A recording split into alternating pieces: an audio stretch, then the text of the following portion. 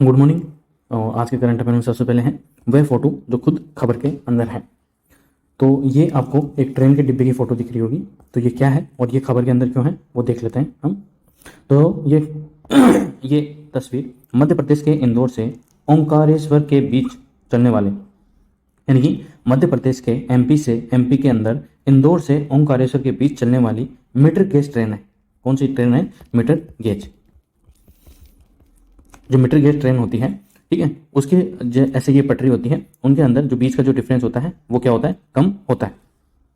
तो ये metre gauge train की है। अब ये ट्रेन पटरी पर कभी नहीं लौटेगी। 146 साल पुरानी इकलौती मीटर गेज लाइन मंगलवार को बंद कर दी गई है। इस मौके पर अंतिम ट्रेन को विदाई देता एक पैसेंजर।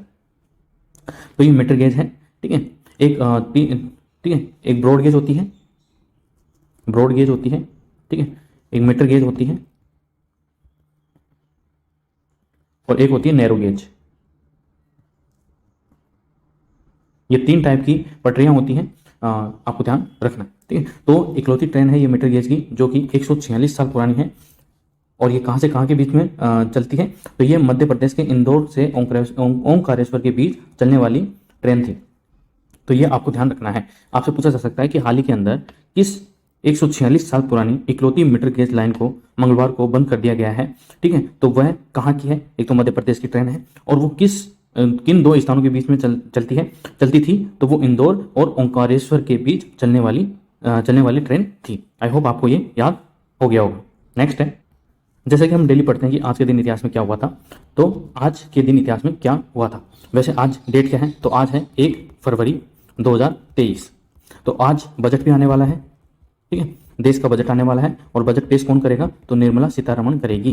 तो वो हम आगे देखेंगे, जो कि हमारी वित्त मंत्री है, वो भी हम देखेंगे। उनके बारे में आज खास कुछ विशेष जानेंगे। तो आज के दिन इतिहास में क्या हुआ था? तो आज ही के दिन 1884 के अंदर, तो 1885 में तो कांग्रेस की स्थापना हुई थी। 1885 में कहां पर हुई थी? बंबई के अंदर। तो आज ही के दिन 1884 में पहली बार ऑक्सफोर्ड डिक्शनरी पब्लिश हुई थी। कौन सी डिक्शनरी? Oxford dictionary. हालांकि इसे बनाने की शुरुआत 1857, जो भारत के अंदर जब क्रांति हो रही होती है तब अंग्रेज क्या कर रहे थे? ऑक्सफोर्ड डिक्शनरी बना रहे थे। 1857 से हो गई थी। उस समय लंदन के फिलोलॉजिकल सोसाइटी के लोगों ने इंग्लिश डिक्शनरी तैयार करने पर की सोची। इसमें 11वीं शताब्दी से 18वीं शताब्दी में प्रचलित एंग्लो सैक्सन शब्दों को, यानी कि जो अंग्रेजी शब्द हैं, उनको शामिल किया गया।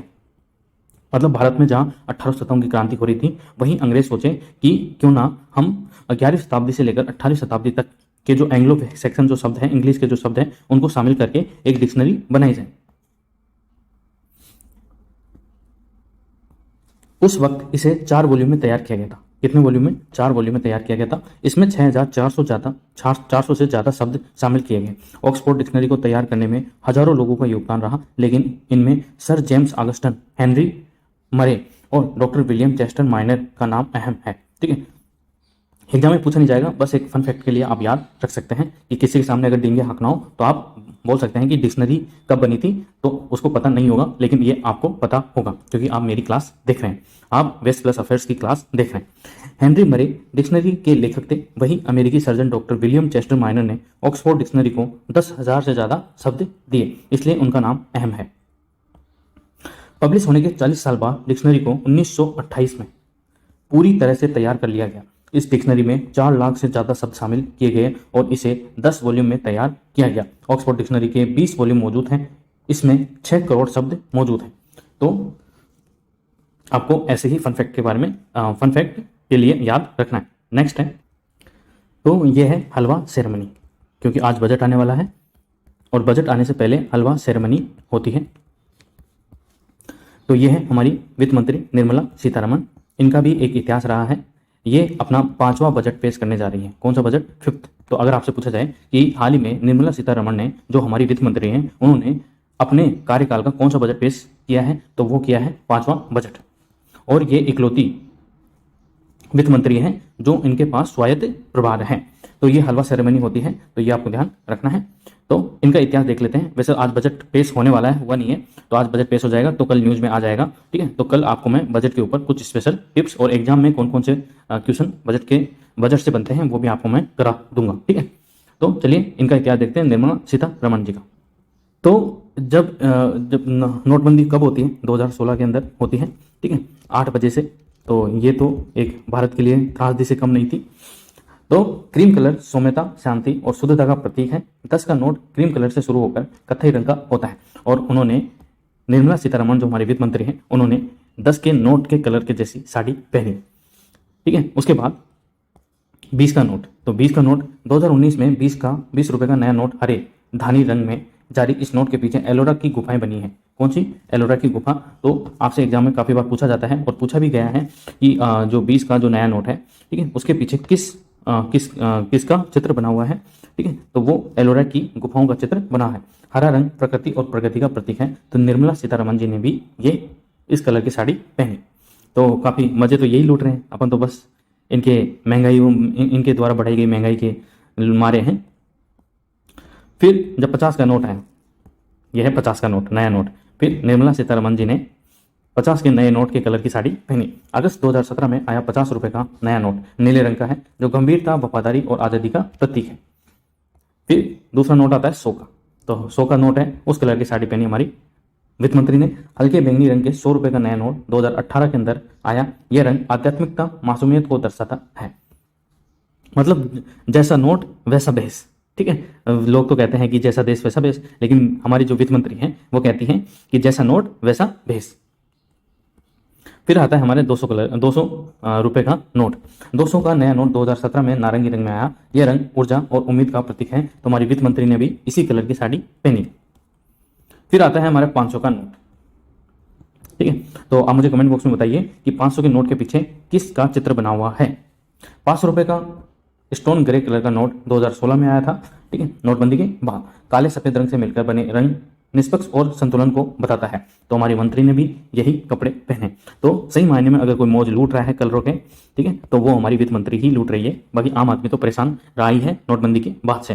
हालांकि नोटबंदी को सुप्रीम कोर्ट ने सही मायने में सही ठहराया है, तो इसके ऊपर और कोई विवाद अब बनता ही नहीं है।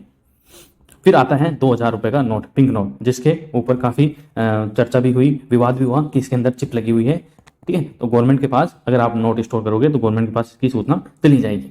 तो लेवेंडर कलर का ये नोट है, 2016 में आया, और यह रंग लगाव, मन की शांति और दोस्ती को दिखाता है। और यह पिंक कलर का नोट है, लेकिन ये पिंक कलर नहीं है। कौन सा कलर है? तो यह है लेवेंडर कलर। लड़कियों को काफी पसंद आया है, ठीक है, और इसी वजह से निर्मला सीतारमण जी ने इसी कलर की साड़ी पहनी। तो मतलब आप देख रहे हैं ना कि हर नोट के हिसाब से साड़ी पहनी है हमारे वित्त मंत्री ने, ठीक है। तो नोटबंदी के अगर मजे किसी ने लिए हैं तो हमारी वित्त मंत्री ने लिए हैं, जिसका नाम है निर्मला सीतारमण। नेक्स्ट है, तो हम अभी ये तो देख ली निर्मला सीतारमण जी के बारे में। तो हम देखेंगे अगला कि अब जैसे 2014 की बात से 2014 में कौन किसकी सरकार आई थी, तो 2014 में आती है बीजेपी की सरकार, यानी कि नरेंद्र मोदी के जो प्रधानमंत्री नरेंद्र मोदी हैं, ठीक है, उनके नेतृत्व में ये सरकार, बीजेपी की सरकार आती है। 2014-15 का जो थीम थी वो क्या था? सबका साथ और सबका विकास, सबका साथ और सबका विकास, ये थीम थी। लेकिन इस थीम के नतीजे क्या रहे? तो नतीजा खेमेबंदी, यानी कि नोटबंदी हुई। सितंबर 2015 में अखलाक हत्याकांड, ठीक है, सितंबर 2015 में अखलाक हत्याकांड होता है। फरवरी 2016 में जेएनयू विवाद होता है, जिसके अंदर कन्हैया लाल था, उसके ऊपर आपने देखा होगा जेएनयू विवाद होता है। अल्पसंख्यकों के ऊपर हमला रोकने में नाकामी सरकार की, बीजेपी सरकार की अल्पसंख्यकों के ऊपर जो हमले होते हैं वो नाकाम रही है। इसके अलावा गिरजाघरों पर हमले की खबरें भी आई है। गोकशी के आरोप में हत्याएं बढ़ी, ठीक है। अवार्ड वापसी, असहिष्णुता पर बवाल हुए, ठीक है। 2014-15 के बाद जब बीजेपी की सरकार आती है तो ये मुख्य उसके ऊपर आरोप लगे। सोर्स अमेरिकी अंतर्राष्ट्रीय धार्मिक स्वतंत्रता आयोग एवं अन्य स्रोत, ठीक है। फिर आता है 15-16, ठीक है, 15-16 आता है बजट। 15-16 में थीम क्या थी? आसान बिजनेस, ठीक है, आसान बिजनेस थीम थी। नतीजा क्या निकले? धंधे ठप हो गए और बेरोजगारी में वृद्धि हुई। नवंबर 2016 के अंदर नोटबंदी, दावा किया गया कि काले धन पर लगाम लगेगी, लेकिन ऐसा नहीं हुआ, ये तो आपको भी पता है। इसके बाद क्या होता है?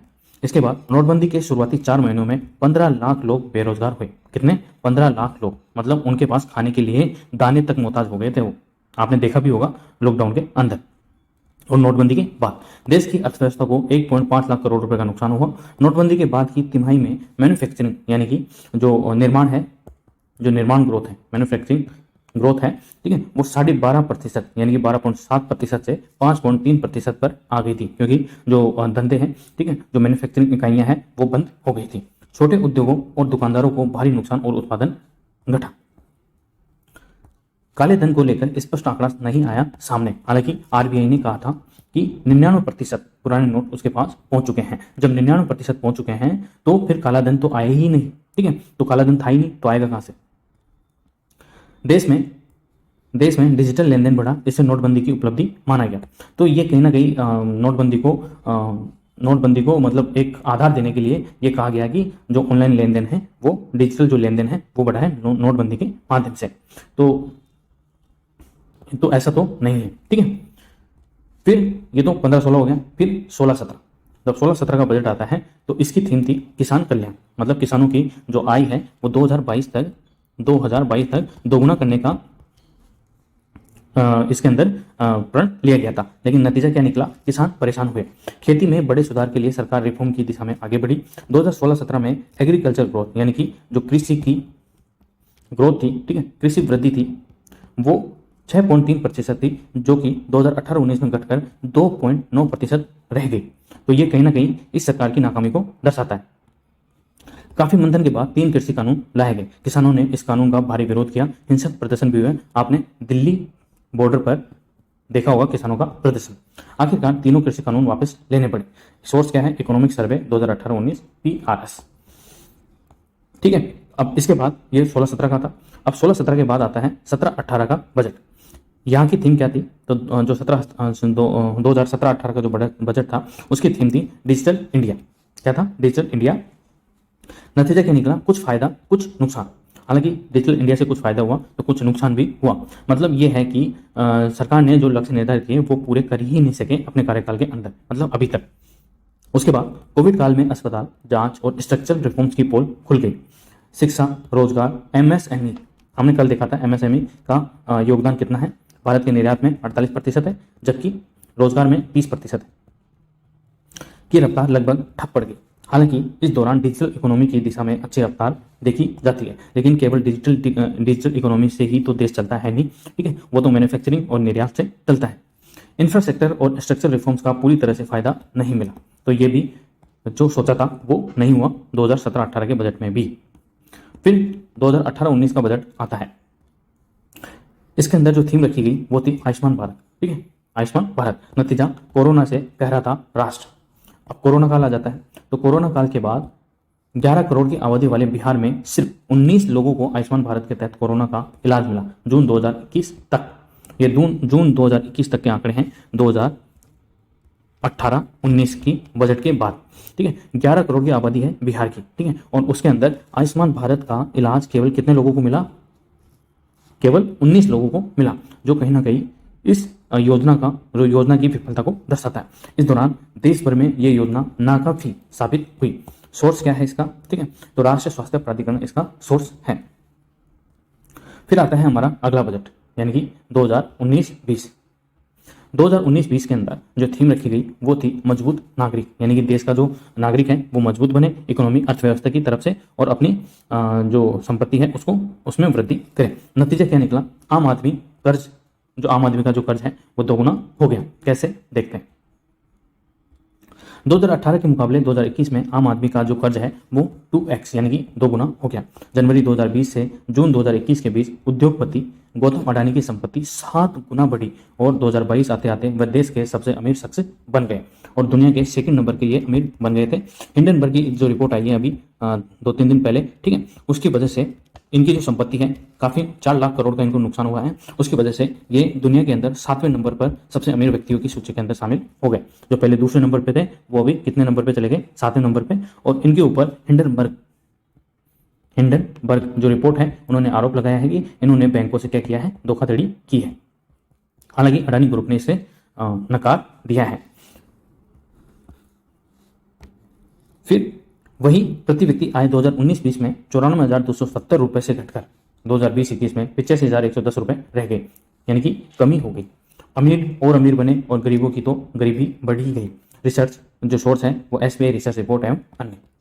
मतलब आपने ये तो देखा ही होगा कि कोरोना काल के बाद से जो अमीर है वो अमीर बना, ठीक है, और जो गरीब है वो तो और भी गरीब हो गया। फिर आता है हमारा नया बजट यानी कि 2020-21 का।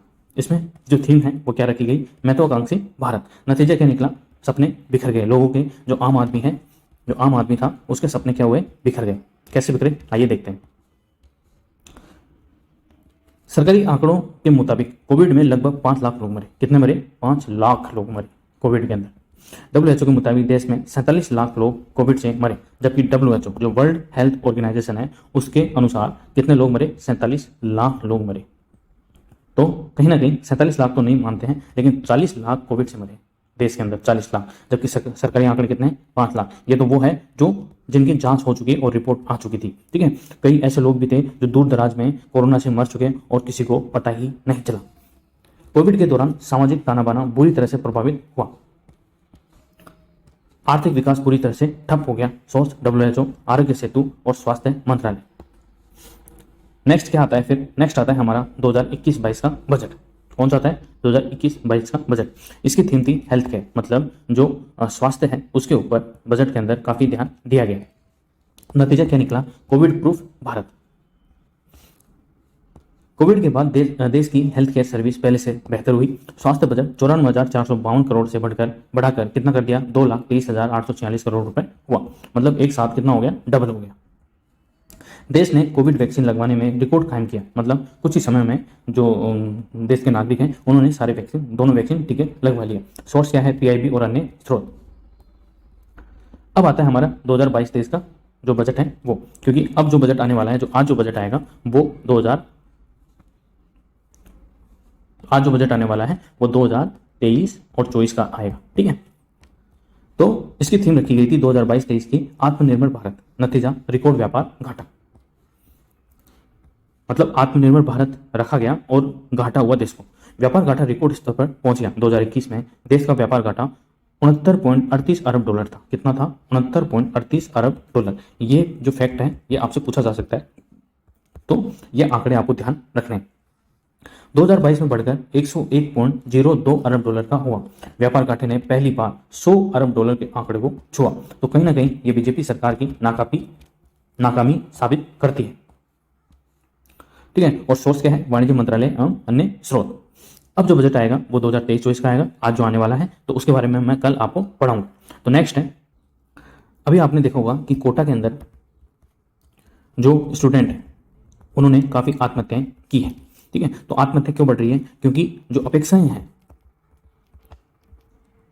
हैं घर वालों की, ठीक है, बच्चों से और लोगों से, ठीक है, वो पूरी नहीं कर पा रहे, ठीक है। और पूरी नहीं कर पा रहे के अंदर वो स्ट्रेस में है, यानी कि दबाव के अंदर है, चाहे वो सामाजिक दबाव हो या फिर पारिवारिक दबाव हो, वो स्टूडेंट्स झेल नहीं पा रहे हैं और उसकी वजह से वो आत्महत्या की तरफ कदम बढ़ा रहे हैं। तो भारत के अंदर जो सुसाइड की जो कोशिश है वो अपराध नहीं है, तो ये आपको ध्यान रखना है। पहले अपराध थी लेकिन अब अपराध नहीं है। आईपीसी की जो धारा है, आईपीसी की धारा 309 है, उसके तहत पहले सुसाइड करना अपराध माना जाता था, लेकिन अब वो अपराध ना होकर उसको मानसिक रोगी मान लिया गया है। क्या मान लिया गया है, मानसिक रोगी मान लिया गया है और उसका इलाज करवाया जाएगा।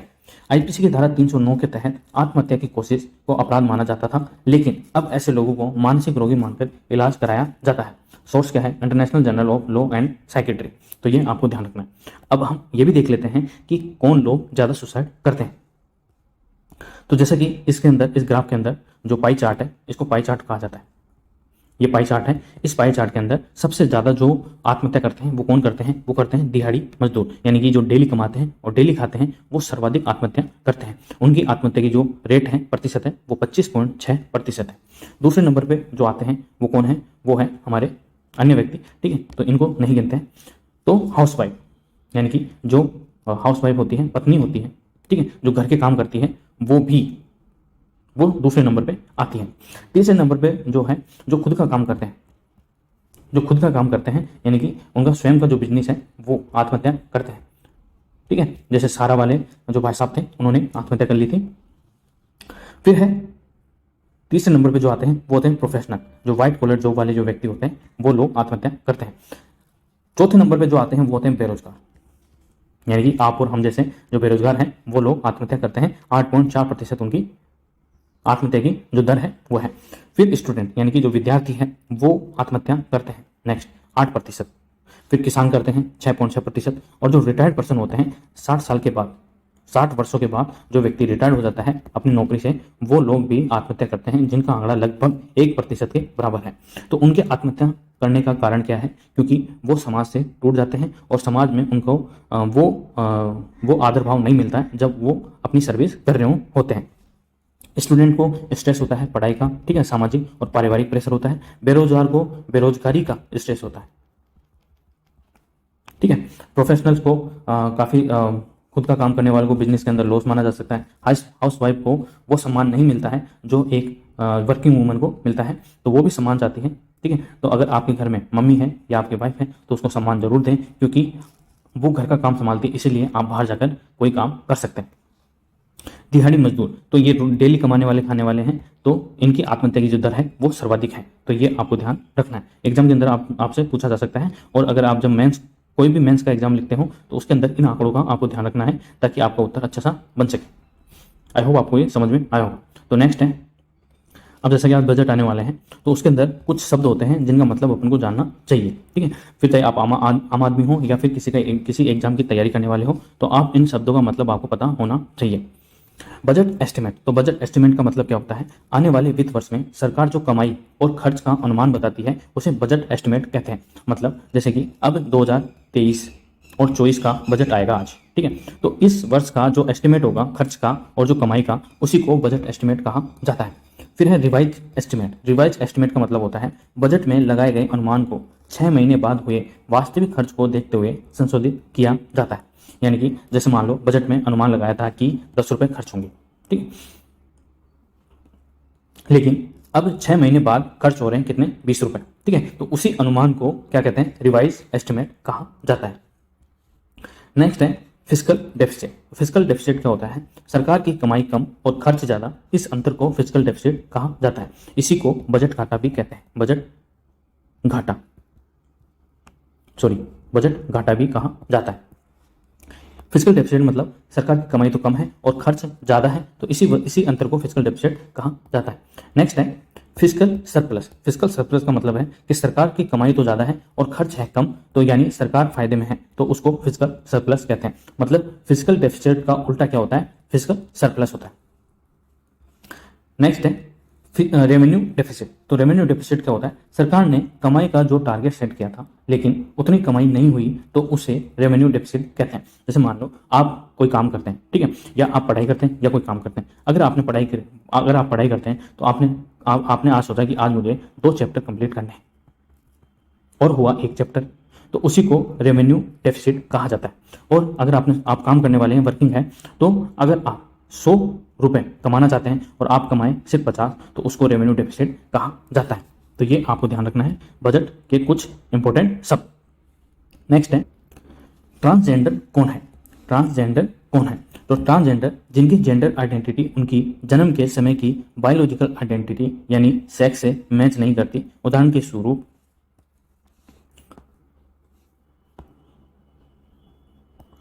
ट्रांसजेंडर वुमन, कोई पुरुष के तौर पर जन्मा है, ठीक है, कोई पुरुष के तौर पर जन्मा है लेकिन खुद को महिला समझता है और महसूस करता है, तो उसे ट्रांसजेंडर वुमन या ट्रांस वुमन कहेंगे समाज में, ठीक है। तो समाज में उनकी पहचान भी महिला के तौर पर ही होगी। अब ट्रांसजेंडर मैन कौन होगा? जिनका शरीर जन्म के समय महिला के तौर पर यानी कि फीमेल रिप्रोडक्टिव ऑर्गन्स के साथ हुआ है लेकिन वे खुद को पुरुष समझते हैं, तो उन्हें ट्रांसजेंडर मैन या ट्रांस मैन कहेंगे। सोसाइटी में इनकी पहचान पुरुष के तौर पर होगी, ठीक है। तो ये आपको ध्यान रखना है। अब कुछ और बातें हैं ट्रांसजेंडर के बारे में जो भी अपन जान लेते हैं, तो यह भी जानें, ठीक है। तो 2016 में पहली बार रेलवे मंत्रालय ने रिजर्वेशन टिकट फॉर्म में ट्रांसजेंडर के लिए थर्ड जेंडर का कॉलम बनाया था। तो ये क्वेश्चन बन सकता है, इंपॉर्टेंट है, कि सरकार जो रेलवे मंत्रालय है उसने किस वर्ष थर्ड जेंडर का कॉलम बनाया था टिकट फॉर्म में? तो वो 2016 के अंदर बनाया था। 2021 में 3,384 ट्रांसजेंडर्स को हर महीने 1,000 रुपये का पेंशन के तौर पर मिले। उसके बाद अप्रैल 2020 में सभी केंद्र सरकार की जो नौकरियां हैं उनमें ट्रांसजेंडर के लिए अलग से कैटेगरी बनाएंगे। तो ये भी इंपॉर्टेंट है, ये भी आपसे पूछा जा सकता है। तो किस वर्ष केंद्र सरकार ने नौकरियों में ट्रांसजेंडर के लिए अलग कैटेगरी बनाई? तो 2020 के अंदर बनाई। कर्नाटक पहला राज्य है जहां राज्य सरकार की नौकरी में ट्रांसजेंडर को 1% का रिजर्वेशन मिला है। तो ये भी आपसे पूछा जा सकता है कि किस राज्य ने, वह राज्य कौन सा है जिसने राज्य सरकार की नौकरियों में ट्रांसजेंडर को 1% का रिजर्वेशन दिया है, तो वो है कर्नाटक। ये भी आपको ध्यान रखना है। अब एक न्यूज़ हेल्थ और वेलनेस की भी देख लेते हैं, हेल्थ एंड वेलनेस। तो आपको पता है कि आजकल जो हार्ट अटैक है वो किसी भी उम्र में आ सकता है, ठीक है। तो ये मेल है और ये है फीमेल। तो मेल और फीमेल में हार्ट अटैक के अलग अलग लक्षण हो सकते हैं और होते हैं, ठीक है। तो जैसे पुरुष है, तो पुरुष के अंदर जो हार्ट अटैक के लक्षण है वो क्या होंगे, बाएं हाथ में दर्द, ठीक है, बाएं यानी कि लेफ्ट हैंड में, जो लेफ्ट हैंड है उसके अंदर दर्द हो सकता है, सांस लेने में परेशानी, छाती में दर्द व जकड़न, ठंड के साथ पसीना आना, 1-2 किलो वजन का महसूस होना। तो ये आपको ध्यान रखना है। अगर आपके आसपास या आप किसी भी ऐसे लक्षण से परेशान है तो जल्दी से जल्दी हॉस्पिटल विजिट कर सकते हैं या डॉक्टर के पास जा सकते हैं। महिलाओं में, यानी कि महिलाओं के अंदर जो हार्ट अटैक के जो लक्षण है वो उनमें क्या है, थोड़े अलग है पुरुषों से। छाती में भारीपन, ठीक है, छाती में भारीपन, यहाँ पर छाती में जकड़न और दर्द है, ठीक है, और यहाँ पर छाती में भारीपन है। हल्के काम से थकान, ठीक है, यानी कि हल्के काम से भी थकान, जैसे सीढ़ियाँ चढ़ना में भी थकान हो सकती है, उतरने में भी थकान हो सकती है, ठीक है, चक्कर आना और उल्टी। दाहिने या दोनों हाथ में दर्द, यहाँ पर बाएं हाथ में दर्द था लेकिन यहाँ पर दाहिने व दोनों हाथों में दर्द हो सकता है।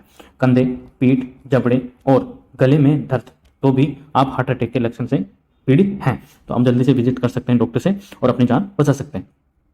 तो आई होप आपको ये आज के करंट अफेयर और हेल्थ और वेलनेस का जो फैक्ट है वो आपको पसंद आया होगा, ठीक है। और पसंद आए तो प्लीज़ वीडियो को लाइक करें, शेयर करें और चैनल को सब्सक्राइब जरूर करें ऐसे ही और वीडियो और करंट अफेयर देखने के लिए। Thank you so much.